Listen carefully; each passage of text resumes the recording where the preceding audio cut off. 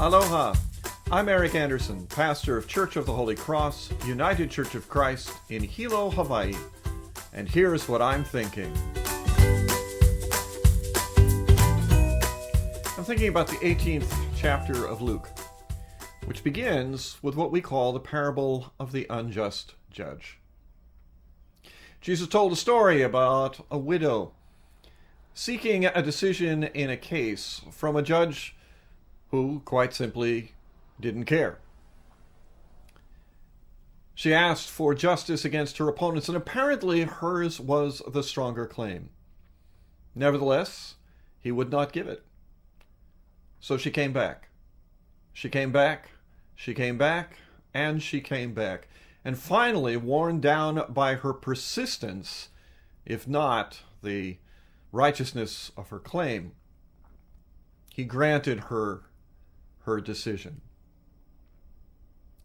No doubt in the first century, Jesus' contemporaries would have nodded at one another, recognizing something in their lives or their families' lives or their neighbors' lives, some occasion when the right had not been granted without long and hard argument before an uncaring magistrate.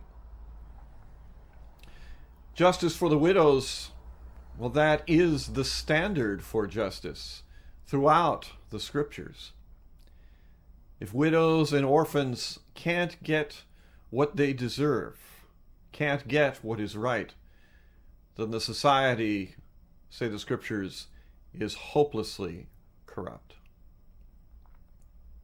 Nevertheless, the story was not about judges, not about the way that life was working in the first century, not the way that it works for far too many people in far too many places in today's world.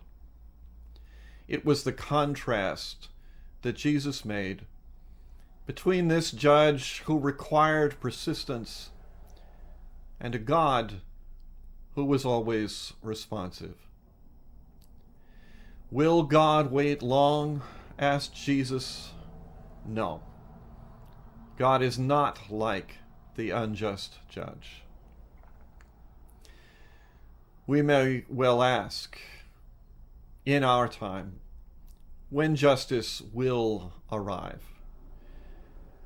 And surely enough, to me, it looks very much like justice for far too many is delayed for far too long. And I yearn for the intervention of the Holy One to bring what is good and right and beautiful and true to the earth. And I strive to answer the last question Jesus asked. When the Son of Man arrives, will there be hope on the earth? I strive to answer that question, yes. I will still hope. Even as justice seems delayed beyond reason, beyond measure, and beyond hope, I will hope in God. And the righteousness and love and redemption, forgiveness and justice to come. That's what I'm thinking. I'm curious to hear what you're thinking. So send me an email or leave me your thoughts in the comment section below. I'd love to hear from you. From Church of the Holy Cross, UCC in Hilo, Hawaii, that's what I'm thinking.